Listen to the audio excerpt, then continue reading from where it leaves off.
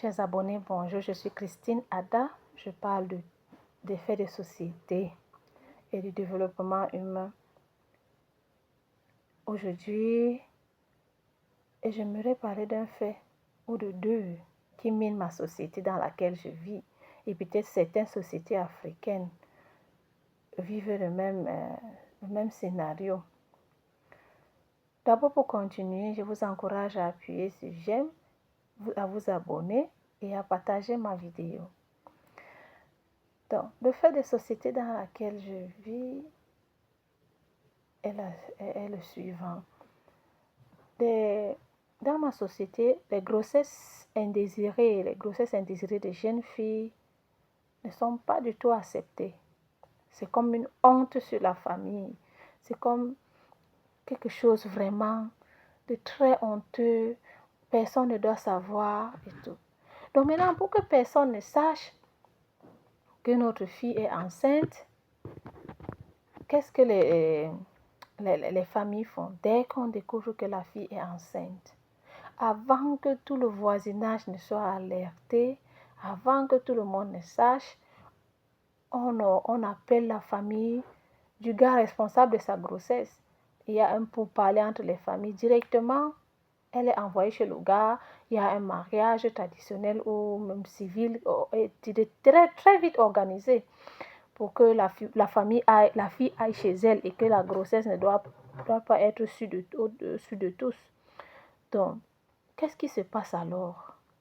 Parfois, ces jeunes-là sont entrés en relation juste par expérience, pour expérimenter.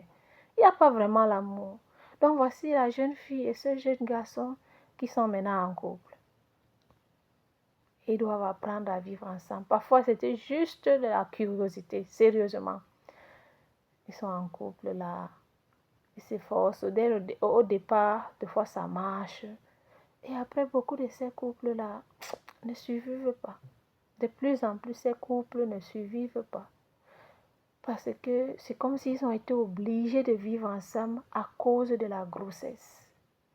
Et des fois, quand la fille accouche, les choses commencent à changer.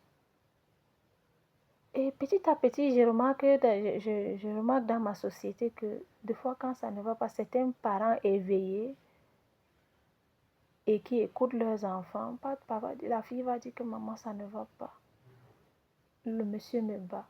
Telle chose se passe. Telle chose se passe. Je ne peux pas. Il y a les parents qui reprennent leur fille.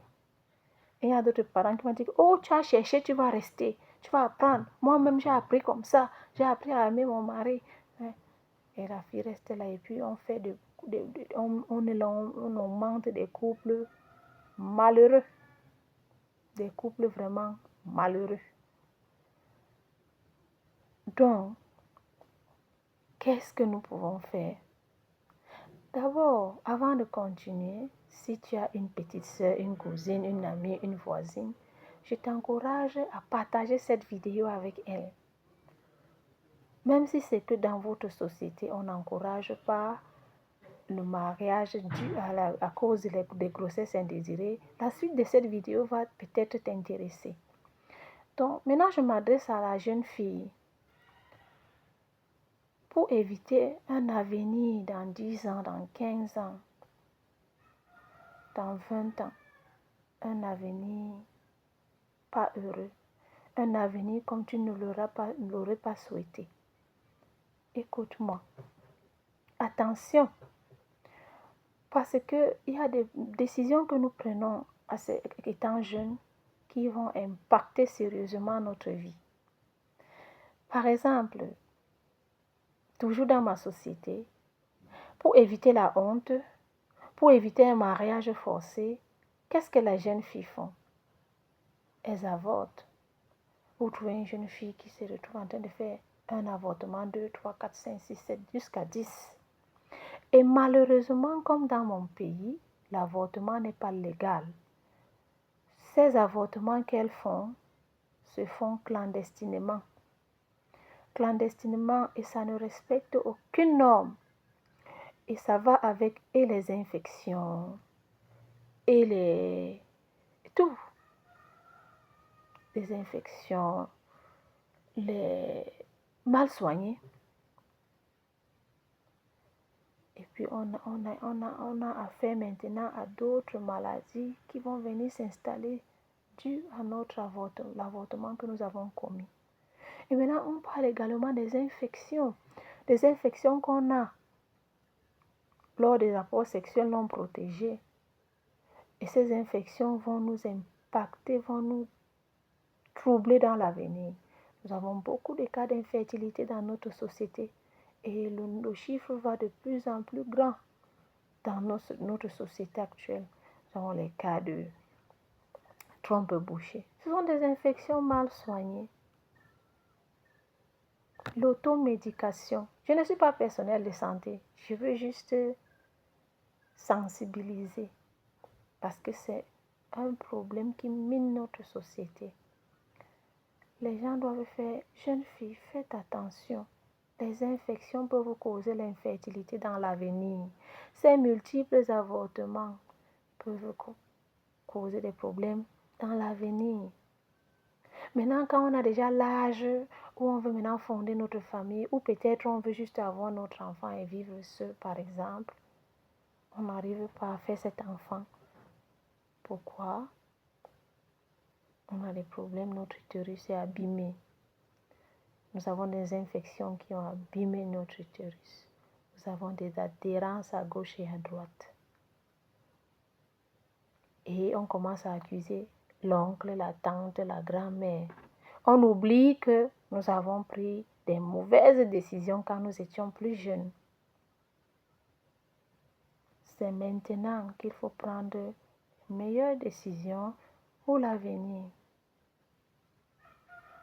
Pour l'avenir. Ce même homme pour lequel tu avortes 1, 2, 3 fois, jusqu'à 10 fois là. Parfois, il ne va même pas t'épouser. Il va dire, déjà qu'elle a avorté, c'est là vraiment, je ne pense pas que son utérus sera encore bien. Bêta, je n'ai pas cherché une autre femme qui est plus... bon, celle que peut-être il ne sait pas sa vie. Hein. Il ne sait pas comment elle a vécu. Donc, attention. Attention, jeune fille, aux décisions qu'on prend maintenant. C'est vrai qu'on peut être aveuglé par l'amour, mais on doit se retenir pour un avenir meilleur. On se retient pour quelque chose de plus grand. C'est ça que je voulais partager avec toi, jeune fille. Si tu as aimé ma vidéo, partage cette vidéo avec une autre personne. Cette vidéo pourra être l'ouverture, comme on dit en anglais, eye-opener pour une autre personne. L'amour que tu dis vivre aujourd'hui là, qui te pousse à des avortements, qui te donne des infections quand tu es très jeune là. Cet amour-là peut-être ne sera pas là pour toi dans 10 ans, dans 15 ans. Tous ensemble, disons non à une jeunesse irresponsable. Si tu as aimé ma vidéo, va en commentaire et dis oui à une jeunesse responsable. Bye bye.